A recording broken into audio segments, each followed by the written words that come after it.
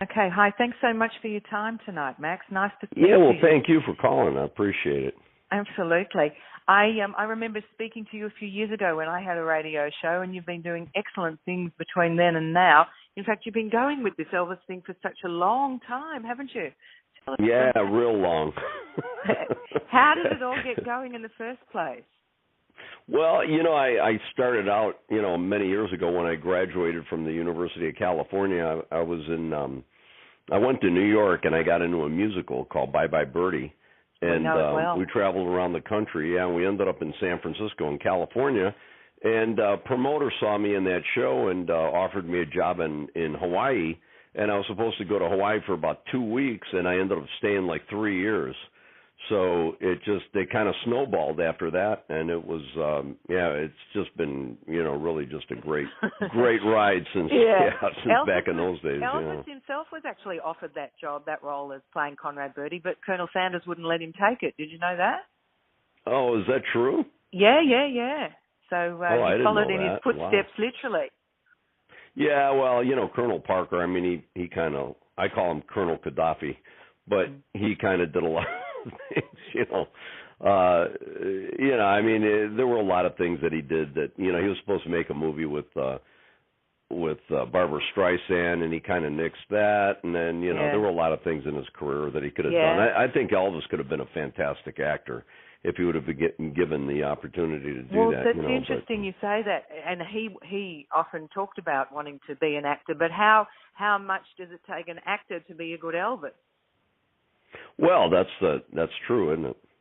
Yeah, absolutely. I mean, you had a lot of practice playing Conrad Birdie. Elvis, and right? Conrad Birdie really was just kind of like a spoof on Elvis, just kind of making light of the character, but back in the 50s, I mean, when Elvis came on the scene, he was just such a huge superstar. I mean, he was like the biggest thing in music, and, he basically started the whole rock and roll thing. So it was fun playing that character. The character was really a lot of fun to play.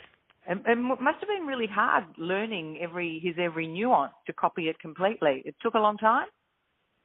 Yeah, the thing is with Elvis, I mean, I always wanted to try to just get to know him as a person firsthand, like copying his moves and copying the way he talks and all that. I mean, to me, that was just, that's all part of acting. That's part of your job, when you're creating a character. But I think getting to know the man, what the man was really about and who he was deep inside and what he thought, and, and that's really important because you bring that on stage with you. And that's you have to become him as a person on stage. It's interesting that you say that. I mean, having become him on stage, doesn't that ever feel a bit spooky to you? No, not really, because it's, I mean, I was trained as an actor, and it's like any character you play, you really get into the character and you learn as much about the character as possible. And if you don't know that much about the character, you come up with things that he may have, things that he was thinking at the time and things that he may have done or said. It's just, it's a process of building a character, if you don't know much about a character. But with Elvis, I mean, it was easy to know a lot about him because, there were so many movies and so many live concerts, and of course there were a lot of interviews with him. Yeah, there was lots of research there to study, for sure. Yeah, it was so easy. So where does Max Pellicano come in and Elvis stop? Does it ever become confusing? No, not at all. Not at all. Because that's kind of like where you get your acting training. You got to know when to stop. You got to know when to put it aside. I think Heath Ledger, when he was in that Batman movie, I think he was having some serious problems getting out of that character. And I think you can get, and he was a phenomenal actor, but I mean, you can get into some, you can get so deep into a character where it becomes troubling, but yeah, I've never had that problem with Elvis. You never had that problem getting out of Elvis and back into Max? No, because I feel good about myself and I feel good as a person, and it's like, Elvis was Elvis. There'll never be another Elvis. It doesn't matter how many people try to be him or want to be him, You just have to go up there and recreate him and just do it as an actor and not do it as like an impersonator, Yeah, well, apparently there are some 6,000 doing it currently around the world. You're considered to be the very best Elvis impersonator. How does that make you feel? Well, it's a really nice compliment. I mean, you say the very best. I mean, I think there's a lot of them out there that are doing a fantastic job, and I think it's a great thing. It's a testament to the person that he was and the type of superstar that he was that a lot of people want to emulate him on stage. But yeah, I mean, it's a really big compliment when people say that. It's wonderful, And I just keep trying to improve and just doing the best that I can. But you certainly can't recreate the act, though, can you? I mean, you can't really move forward with it because it stops. Yeah, I mean, I had. It's kind of a funny thing that you say that because I was thinking of a new angle. What Elvis would have been doing right now if he was still alive. What kind of music would he have been doing? What kind of stage show would he have been doing? It's kind of interesting. I don't know. Have you come up with anything? Well, I'm working on it. There's a lot of angles, a lot of things I've been thinking about, and I'm thinking about putting a show of what Elvis would have been like today, performing. I wonder. It's a good question. Absolutely. Yeah, but he would have been 80. He would have been 81 years old. Yeah, I just came back from Graceland myself just a couple of months ago. It was an interesting journey. How many times have you been there? It's a funny thing. You're not going to believe this. I went there one time, and it was really through an accident. Because being that I've done him for so long, and I love the guy. I just love his music. I love everything about him. The type of person he was and all that. And I just never really wanted to go to Graceland because I'm always working, and I have to have the sideburns in the hair. And I never wanted to go there, kind of like looking like Elvis, and people looking at me and thinking, what is this guy doing? It's just crazy, So I never really wanted to go there. But we were on a trip with my kids. My kids are dancers. They're on a dance team and all that. And we were going to Los Angeles for a dance convention, and we got held overnight because of a bad thunderstorm. So I told the kids, I says, let's go to Graceland. Let's go check Graceland out. So the next morning we woke up and they took us to Graceland. And I got to tell you, it was just absolutely incredible. It was just one of the best experiences I've ever had. It was everybody down there was so nice, and were you looking like Elvis at the time? No, I really went out of my way. I wore a baseball cap, and I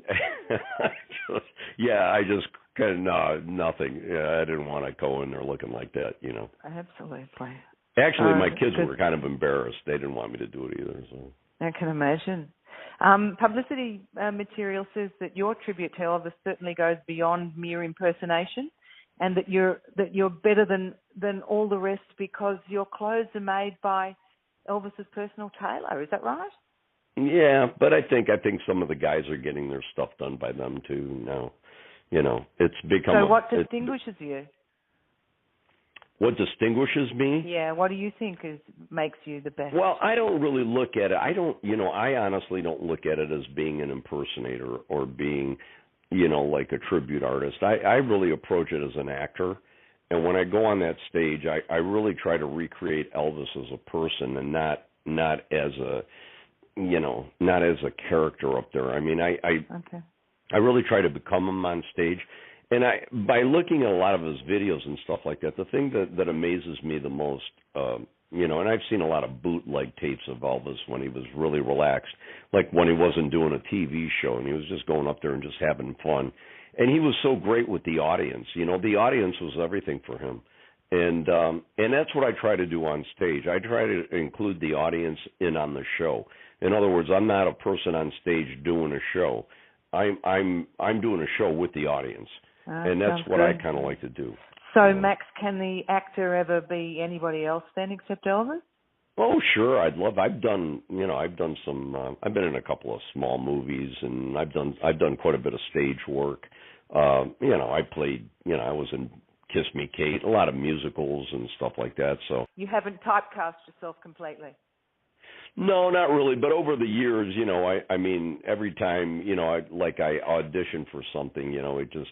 It's always, you did Elvis, you did Elvis, So it is hard to get out of that.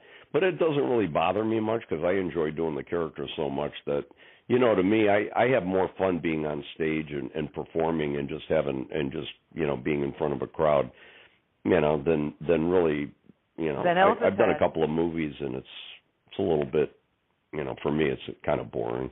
So you're having more fun than Elvis had. Well, I'm a lot older than he was. That's for sure. So you know, you've learned how to handle the adoring crowds. Well, you know, you have to. I mean, I think, you know, if you go up there thinking, yeah, I'm Elvis, you know, or I'm, you know, then you kind of miss the whole, you know, you've got no clue what you're doing. You know, you got to go up there and you've got to be an actor, and you got to put yourself, you know, you've got to become him on stage. But as soon as that exercise is over, it's over. You know, you can't, you know, like when I meet people after the shows and I sign autographs and all that stuff, you know, people, you know, they're like, oh, wow, you're not like you were on stage. Well, yeah, but that's, you know, I don't want to be, you know, you got to be a real person too. Yeah, good for you, Max Pellicano. Have a great gig in Australia, and we look forward to seeing you at many venues that you play at. Right around the world, don't you? All year. Yeah, but it's I'll tell you, it's been the greatest thing for me to be able to travel and go to different countries. And I just, you know, the first time I came to Australia, I just fell in love with the place, and the people are just phenomenal. You know, a lot of Elvis fans there, which is great. You know, so, totally. Yeah. They're everywhere. Enjoy, travel safely. Thank you. Well, thank you very much, and thanks for your time. Lovely to chat. Thank you. Bye, Max. Bye now.